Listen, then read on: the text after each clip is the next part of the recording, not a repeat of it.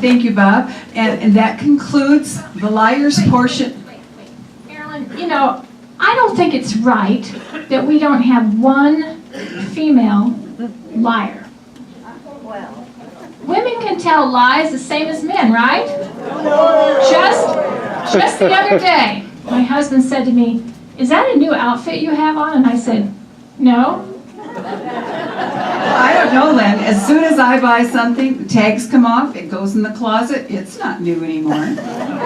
Well, JC told a true story, and I have a true story too I'd kind of like to tell, but I know it's a liar's contest. Is it all right if I tell a true story? Yeah. Okay, I'll use this.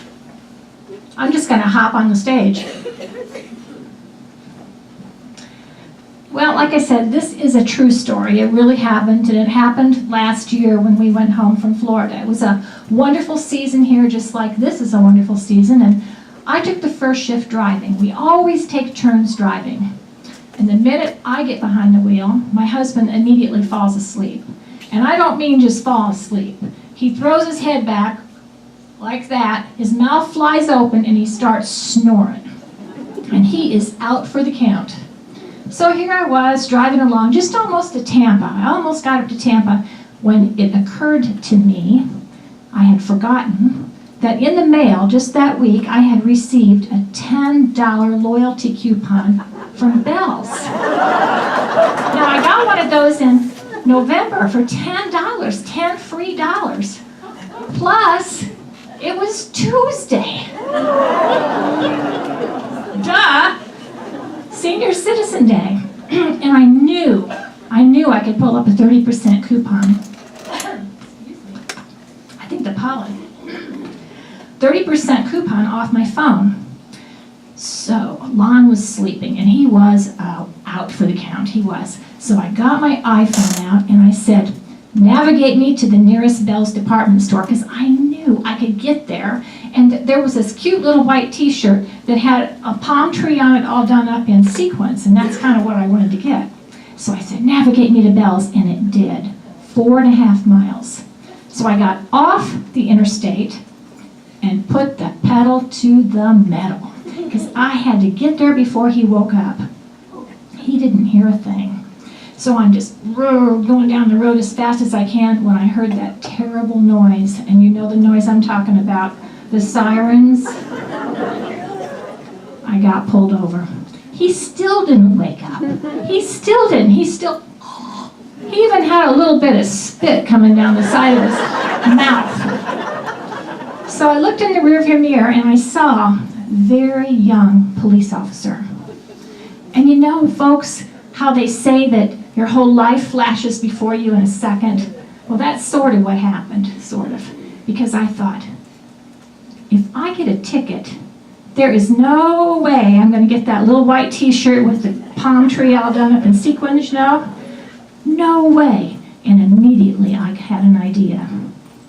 So the officer comes up to the car and he kind of swaggered up. He's young. He's about my grandson's age. He says, "Lee, ma'am, didn't you see that speed limit sign back there?" And I looked at him and I said, "Well, no, I mean, I was going way too fast to see that." So he looked at me. He said, "Ma'am, I'd like to see your insurance and your vehicle registration, please." And folks, I am a law-abiding citizen. But I said, "Well, I'm sorry, but there's no reason to have any insurance on this car because I stole it. And furthermore," I said, "you see this old man sitting over here? You know, this one with the drool hanging down his chin like that and going like that? Well, I kidnapped him at the Winn-Dixie and I drugged him. And don't even ask me for a driver's license because I got DUI last year. You know, I don't have a driver's license." He looked at me, his eyes got really big, and he said, "Ma'am, you stay right here. Don't you move." And I didn't, because like I told you before, I am a law-abiding citizen. Lon snored on. I was kind of getting a little worried.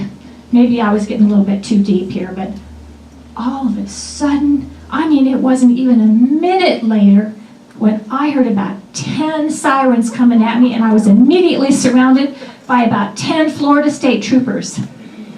And this big, beefy trooper, kind of like JC over there, he gets out of the car and he swaggered up to my car, and his arms are off to the side. You know how they got all that stuff hanging on the side? He said, "Ma'am, get out of the car, please." Well, you know, when all those sirens came, that did wake up Lon. He woke up and he's like, "What is going on here?" And I really pretended innocence too. So I got out of the car because I'm a law-abiding citizen. And the officer says, "Ma'am, this officer here told me that you have kidnapped this old man here and drugged him, and you stole that car." I said, "What?" And my husband said, "What? I mean, good grief." Lon said, "We've been married over 30 years, and I'll get the registration for you." And I said, "Well, I'll get my driver's license too, officer." And I looked at him and I says, "I bet he told you that I was speeding too."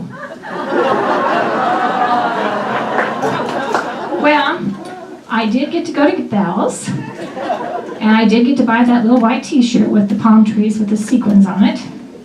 But while I was shopping for that t-shirt, my husband figured out what happened, and he knew that I'd pulled one. And now he's starting to make noises about he doesn't want anything like that to happen again on this ride home. And he's kind of been pretty crabby about it. So I've been looking. I thought, you know, if I could sing him a little love song, he might like that. That might make him be nice again and kind of forget about this whole sorry mess.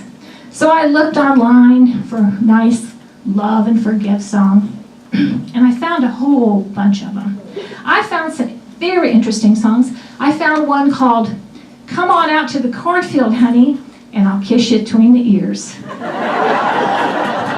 But that didn't seem like it would fit. Then I found one that said, "If I'd shot you when I wanted to, I'd have been out by now." And I found another one even that said, "I'm so miserable without you, honey, it's almost like you're still here."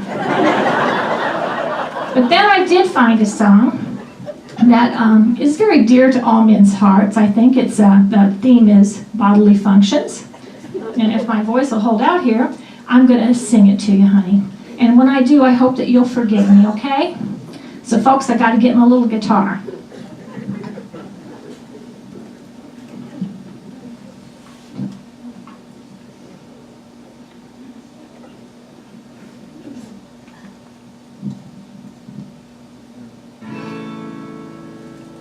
Can you hear the guitar? All right. This is a real love song, and I mean this with all my heart. You say that I don't love you. You say my love's untrue. But honey, if I was rich, I'd prove my love to you. I'd buy you a diamond ring and a new fur coat or two. If my nose is running money, I'd blow it all on you. If my nose was running money, I'd blow it all on you. I'd buy you a Cadillac and a new Mercedes too. I'd build you that castle up on the mountaintop.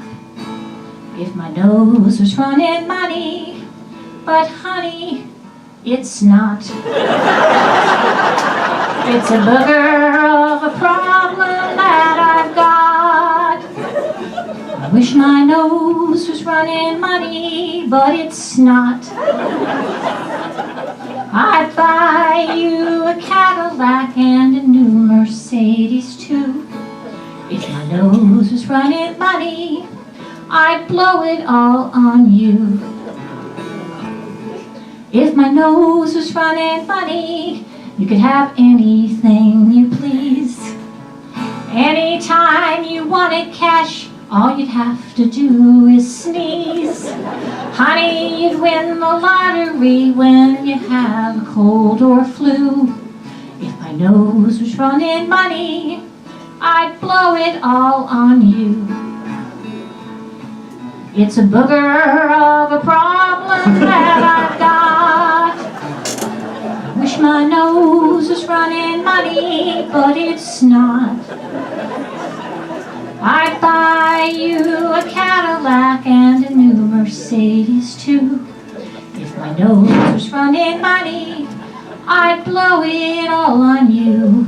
If my nose was running money, I'd blow it all on you. Yes, on you.